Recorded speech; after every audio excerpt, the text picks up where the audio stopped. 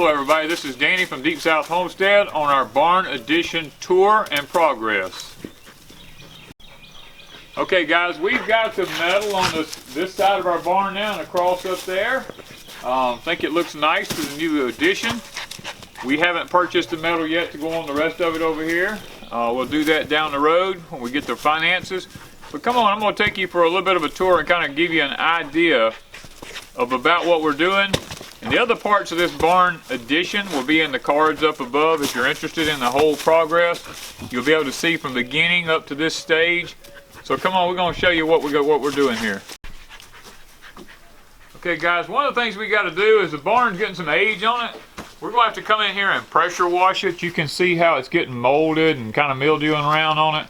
We're going to set the pressure washer up and see if we can't come in and pressure wash it so that it looks nice and new like the rest of the barn does. One of the benefits of building with metal is the ability to go back and clean the project up. Okay guys, the first part of the barn addition we're going to be looking at is this part right here. This is the area that I'm going to be parking my tractor and not using the building we were previously using, but that way my tractor stays out here at the barn where I'm always at anyway. So that's what this new addition part right here is for parking the tractor underneath. Okay, you see some metal down here. This metal is going to be going up high. We're going to drop this side down across here so that it stops any blowing rain from actually getting on the tractor whenever it's under here. I mean, it won't stop all the rain, but it'll stop a lot of it. And we can still keep good airflow underneath the barn. This section right here that you're looking at where we put the post in is the new corral part to keep the cattle from being able to get over in here and yet be able to get good airflow up underneath the barn here once we get it finished filling it in. Are you going to be like, well, he threw it up in my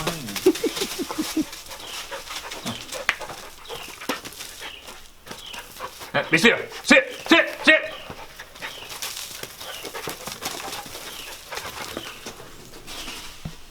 Okay guys, in between wrestling and playing with the dog, he doesn't understand that there's times to make videos. He's just Hank. He's so excited to get out and play. He wants me to throw this thing for him, and he keeps trying to throw it up in my hand and give it to me. Bring it. Be still. Be still. That's a good boy. Yeah, I know you want to play. Okay, go play. Now, we have a gate system here that we installed. This will prevent the cows from being able to come up underneath here where we're going to be putting the tractor at.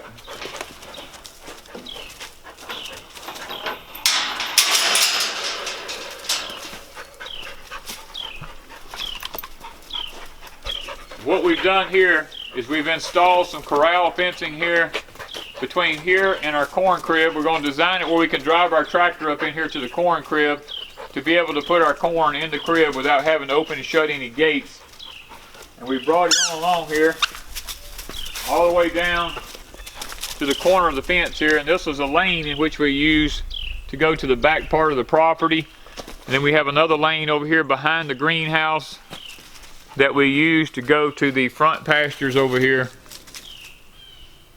And Hank has seen him a squirrel. So, and every place where you have cows needs a snubbing post. Now we have a snubbing post here. We're probably going to leave this if it looks like we're going to be able to and we can get everything done like we want. In case we ever have to rope a cow and pull him down and be able to hold him, we've got an old snubbing post out in the middle of our corral system here. Now right up here, we've got this is our box of garbage, our log splitter come in. We're throwing all of our scraps in it to be able to haul it off. But this is going to be how the cows is going to be coming into the barn addition right here. Okay, we're going to be installing a post right here, another 4x6. We'll be putting concrete footings in here with blocks across just like we did the front wall. And we will have metal on this wall to prevent rain from blowing in here so that the cows can be in out of the weather. They'll be able to come in through a 4-foot wide door system here.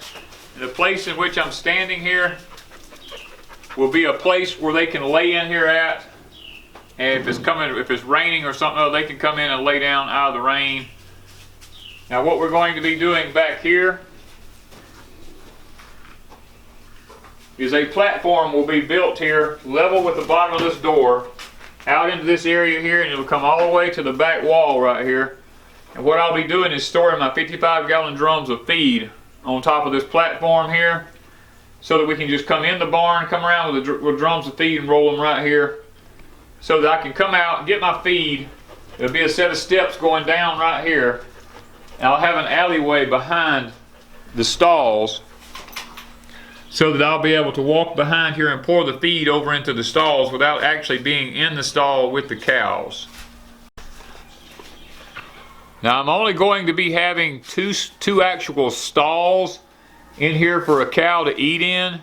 This is one right here. Now we don't have the lumber to finish this one across yet, but this will be a stall right here, and there'll be a feed thing over in here for the cows. There'll be a gate on this end, so if we want to close them up in there, we can. There will be a second stall here, which we almost got this one finished. There'll be a gate on this one where the cows can come in. We've already installed the feed tub in the back there that they'll be eating out of. That's refurbished from an old horse barn. And then we have here, we'll be opening this up. This will actually be our stall for a mama cow and her baby, and a milking stall at the same time. What we'll have is this walkway that we had down behind it here, that we're going to be coming out of the where we have our feed stored to be able to feed into the stalls at. There will be a gate right here. I'll be able to open this gate, come into here. We'll have a milking stand in here where we can actually put our mama cow in to milk her, or have her and the baby in here, or we'll be able to put her in here and leave the baby in the stall next to her if we milk her, so that she's able to drop her milk like she needs to, for us to be able to get the milk from her. So this is basically the design of the barn that we've done, because we feel like in the future here at Deep South Homestead, if we're going to be sustainable with our meat, we're going to be able need to be able to have the facility to do this. And we want to be able to keep the cows on this side of the barn and the goats on the other side of the barn, so that one of them's not overrunning the other one and causing problems for the other one. If we can keep them separate, the cows will have the back part of our property, the goats will have the front part of our property, and we don't have our herds all mixed together so that they intertwine with one another and cause problems for each other, especially at birthing time. And when we milk the goats, we'll be able to keep that clean on the other side of the barn. We milk the cows, we'll be able to keep it clean on this side of the barn, and everything should function a lot better. In the event that the state ever says anything about us and our facilities or anything like that, we want to make sure that our facilities are up to par and they really look nice. We don't want to just throw up something out here that looks kind of bad, because it gives homesteading a bad name when you do those kind of things. Now we're a long way from being through with this, because it takes a lot of money to do these kind of things, and we don't have that kind of money, so I don't actually know when this will actually be finished. We're hoping that we can be able to gradually move along with it as we go in time before the baby goats are born, and be able to get the cows back here and get them away from them, so that we'll be able to have a more, I don't know, I guess you call it a cleaner barn system for all the animals, and a healthier environment for all of them. So I hope y'all have enjoyed the barn tour that we've given you here on our new addition. We really appreciate y'all, and I think Hank does. All he wants to do right now is just have a good time.